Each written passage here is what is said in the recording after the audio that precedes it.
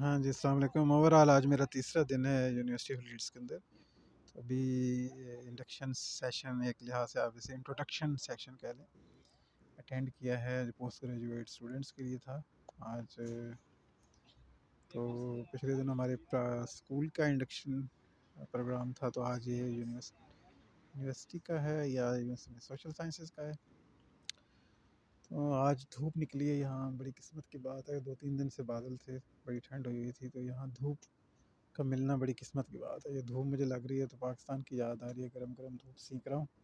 थोड़ी देर मैंने कहा यहाँ बैठता हूँ, लाइब्रेरी जाने के बारे में सोच रहा था, लेकिन देखता हूँ। एडवर्ड बॉयड लाइब्रेरी में हमारा सेशन था, लेकिन वहाँ जो है मेरे से रेलेवेंट बुक्स नहीं थी।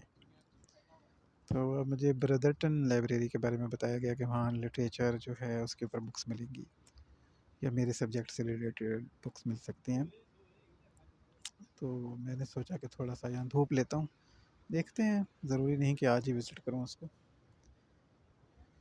हाँ, इस